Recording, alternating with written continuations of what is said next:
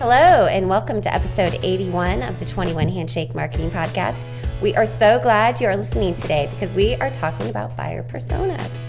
What I've discovered lately is that a lot of businesses do not have their ideal buyer mapped out. It surprises me because honestly, if you don't know who you're talking to, your messaging is just gonna fall flat. You really have to get specific. So before we dive into that though, let's introduce ourselves. In case you're new around here, I'm Sarah, an account manager here at 21 Handshake, also the host of this podcast. I'm Ashley, also an account manager. My name is Alex. I'm in charge of creative content. So we have talked a lot about ideal buyer and buyer persona before, and that was a while back. So that's why we're bringing it up again, because it's just a huge part of marketing. It really just lays the foundation. So if you want to go back and listen to those episodes, though, you're just dying to know all you can know, episodes 35 and 36 are the episodes to go to. Again, we're talking about this again because it's a huge piece of step one of the digital marketing blueprint. I know we talked on our last episode about market research, but it kind of even needs, I think, to precede the market research even, because you still need to find out who you're going after. Who is that ideal person of your product? So it just bears, again, I can't say enough to talk about it again, to really know. And it also is good to, we talked about this a long time ago, but it's good to just check in as well as, your company starts to grow, your audience grows, your buyer persona may shift a little bit. So it's always good to keep top of mind. So Alex, what is the difference though between ideal buyer versus buyer persona? Because I think people get those confused. Yeah, so buyer personas are fictional, generalized characters that represent your ideal customers. So for example, it is a person with a certain position. Maybe if you're looking at a B2B company, they have a certain position, maybe a type of demographic. So call it like a social media manager, age is 25 to 38. Maybe they like to do these certain things. They like certain softwares within their job, etc. That would be considered a buyer persona.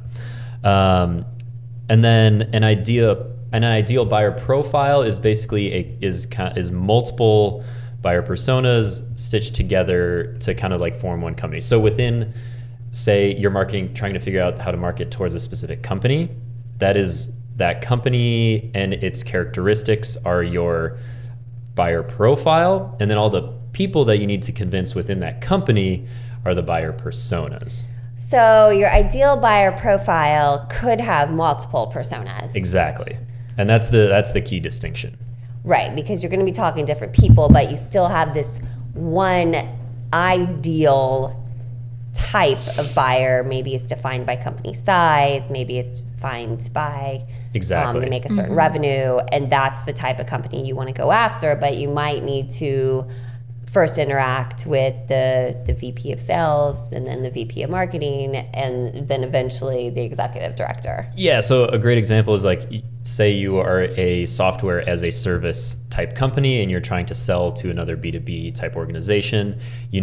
So you're trying to sell a software to a B2B company, maybe $10 million is a revenue that you're looking for. These are all buyer profile characteristics, but then within that buyer profile, you're, like you said, you're gonna have to go after probably the IT person. You're gonna have to go for the VP of something. Those are those separate buyer personas that you need to convince to get the buyer profile to say yes.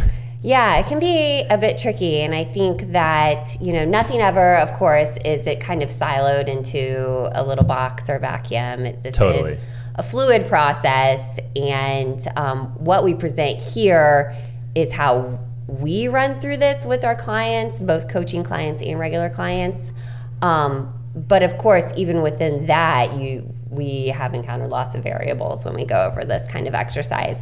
So we're going to kind of dive into those worksheets, and I know if you're listening, that will be kind of hard to visualize. That's why we do encourage you to check out the show notes. And we will even have a downloadable copy there for you if you want to go through this by yourself, or if you want to be coached along this process, that is an option with our team as well. So Ashley, again, we have this handy worksheet. Let's quickly run through what the ideal buyer profile worksheet kind of is, what questions we ask, how do we get clarity on ideal buyer? Yeah, so some of the questions we've already kind of hit on. So what size of a company is a good fit for like a customer or a client?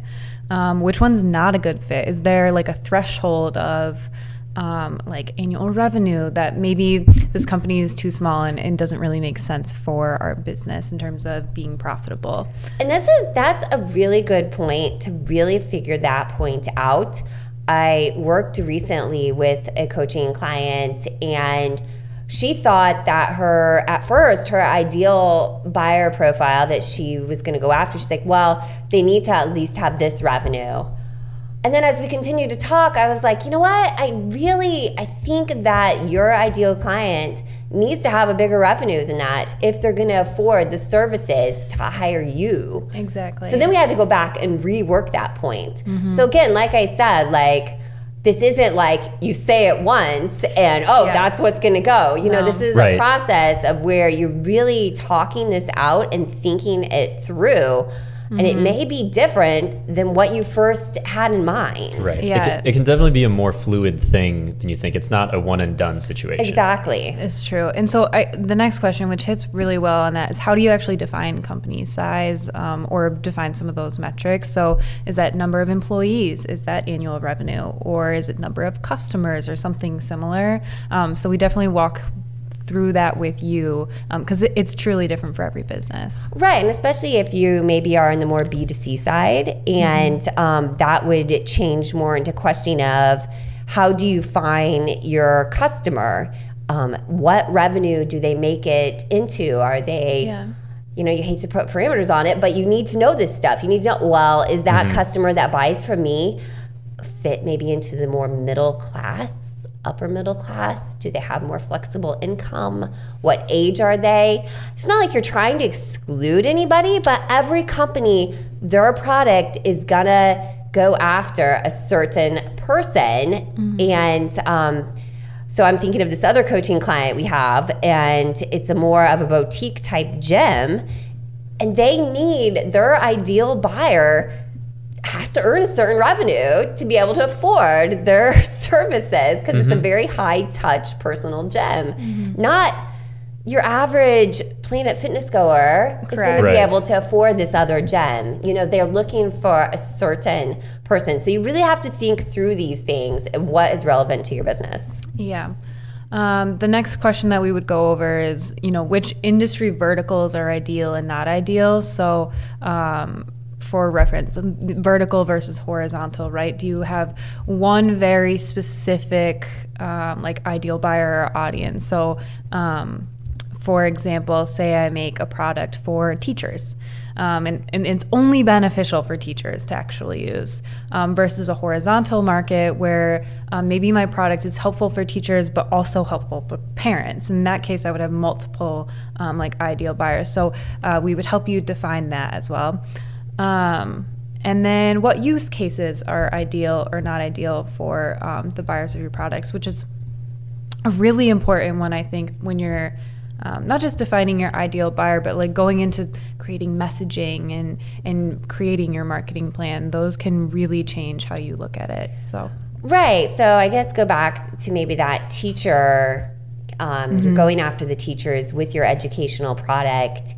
And the specific use case for them is, so you have the actor, which is going to be that teacher, and they're going to be using your product and interacting with it. So what is the system that needs to get them to kind of the goal that they need to maybe use it for their classroom? They need to educate their second graders on math.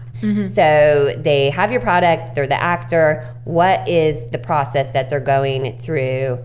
Really think through those use cases. How will they be using it in the classroom? Are they going to be printing this off and then handing it out as in a worksheet Is it a software program that all kids will need a login to get into? So really, what is the defined steps that that actor, the teacher, is going to be using to get to the final goal of educating the children on math in second grade? So you really have to think through those steps. Like, what is that use case? Yeah, and so we actually have a client where use case is something that we're talking about really, really often because they're in a very horizontal industry where they make one product. It's they manufacture perforated tubes, very simple, spiral like tube with holes in it. But the amount of use cases that they have for them are exponential. One of their biggest, industries would be filtration, right? So kind of walking through that step, the actor is usually like the engineer, whoever is handling the project, executing the implementation of that piece into their project. And then the system is how does this piece fit into the overall goal, right? Like the tube is just a tube until you put it into like an entire process. So how does that work best? And then the goal is obviously to filter out, whatever they're trying to filter out successfully. So that's a more like, I guess, like manufacturing example, but still that's a great example. Yeah. So use cases we talk about often because we want to make sure we're talking directly to that engineer and make them feel, like heard and speaking directly to their problems and that we offer a solution. But they're just one of many demographics that company has. So making sure you're talking directly to each one of those is really important. Right. So then you would go into more the buyer personas after you defined. We need to talk to the engineer. This is the actor in this thing. They're the ones that are going to be implementing this product in the end into their business for the use of filtration.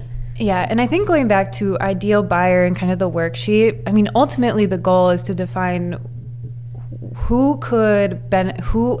what would be your best customer, the customer that would change your business, the customer that would be the most profitable for your business, and really like honing in on that so you can grow. And an important consideration too is sometimes that buyer persona or the ideal buyer might not be who you currently have. Exactly. Or who you think it is. And I think that is kind of where that market research piece first comes into it. Is who you think your ideal buyer actually your ideal buyer? Exactly. And that can be a hard question to ask, especially if you think, well, no, my ideal buyer is this or that. Or, just another way to look at this too is maybe you have one ideal buyer that's already a client and say, that is my best one. I want more of them. Yeah, I want more of them. Yeah. And then you craft your ideal buyer off of that. Yeah, that's a really easy way to get there. Yeah, exactly. So, and there's two more questions we usually ask. Yes, I'm sorry. Let me pull it back up. So, so we talk about use cases. What's ideal? What's not ideal? Which geographic locations are ideal? Are you limited to your, immediate area, maybe a small business, or are you really have the capabilities to go like national or global or whatever? So we'll talk about geographic locations. And then finally, are companies that sell to business better than companies that sell to consumers? Right, pretty standard question, but you might have some crossover there. In our case of the horizontal market, educational person, you are talking to, educators and you're talking to the consumer, the parent. So you kind of have two there. So you really just define that. And I guess if, I were to be consulting with that educational company, I would say, let's pick one or the other that we're going to go after right now. And let's drill down into that before we move on to messaging. Otherwise, because you're probably going to get a heck of a lot more business from educators, this is their job, versus parents who are just like, I don't know, I guess we got to print out a worksheet for our kid, or whatever, anyways. All right, so now that you have an idea of who the ideal buyer is, then you drill down into the buyer personas. And like we've said, it's good to have a few of these because they can be very different who you're talking to, and you really need to know like that messaging for that person goes a certain way versus messaging for another person. And the whole point of creating a buyer persona is because as humans in general, we respond better when marketing is specifically targeted to us. And I think I read a good example lately is just think about when you go to buy lotion. So Alex, if you were, going in to buy lotion, there's so many options on the shelf. But when you see one that says Dove Men, it's like, oh, it's for me. It's for 100%. Male. That's the one I'm gonna pick, because it's targeted to you. And I think that's just a very broad example. Right. But I think it's a really good one because we like when we feel, oh, that one's for me. It's eliminating some steps here of me having to stand here in the aisle and just look at these and get a glazed look on my eye. Yeah. And is it fundamentally different than the normal Dove lotion other than the scent? Probably not. No. But because it spoke to me, I'm more likely to pick that one. Exactly. And so that's why you need to really have your messaging down for your buyer personas. So just to kind of reiterate, buyer persona isn't about the prospects you could sell to. It's about your ideal customers that you want to sell to, and maybe even those who are already having great success with your product. And I really think that that's an important factor too. Like lately when I've been working with some of our coaching clients, I'm like, who's that ideal person that comes into your gym that you want more of? And let's start there and walk through this specific person that you already know and have in mind, because that's going to be an easier reference point to jump off. So kind of just a walk through the worksheet here. We would first go into, and this can be fluid as well. Like we said at the beginning, there isn't one box that fits all, and some of this, might not be relevant, but it does help kind of craft who you're talking to. We go over personal info. So say we have, I don't know, let's give a name here for a product, maybe the education thing. Yeah. So we have teacher, educator, Nancy. We go over her personal information, age, her gender, her children, her marital status, her location, her income, her education. All those are important because you're just kind of crafting who this person is, because the more you can speak directly to them, the better off you are going to be. So, you might say, okay, she's in her, 30s. She's a female. She doesn't have children. She's not married. She's located, maybe even you define it by, is it a rural school district? Yeah. Is it a bigger school district? What's her income? Does she, maybe have a bachelor's or maybe a master's or whatever? So you list all that stuff out. Then you go down into their professional info. So not only just like what their role is that they play, or what kind of industry they're in, the education industries, their job, teacher, but what special skills do they have? Are they really good? Maybe they have a master's in reading, or maybe a master's in math. I don't know. Specialization. Specialization. What does their day look like? What tools do they use? Now that's going to be very important in our education example. Do they have, computers in the classroom that they use versus not computers that they use? Do they use iPads? Do they have a projector? Any of those tools? Who's their boss? Do they manage others? I mean, in the role of teacher, you could say they're managing 20 kids, but how is their success measured? Obviously in this education example, a teacher is very much measured on how their students are doing. So, they're going to want to, have products that can help them, a variety of kids too, that are going to be at different educational levels. One size does not fit all in the classroom. What do they value in their personal, professional life? What's important to them when considering a project or a product or service like yours? What objections might they have? I think that's a huge one that you want to talk to when you're thinking about your buyer persona. what drives their decision-making process. And that's probably going to go back a little bit into how their success is measured.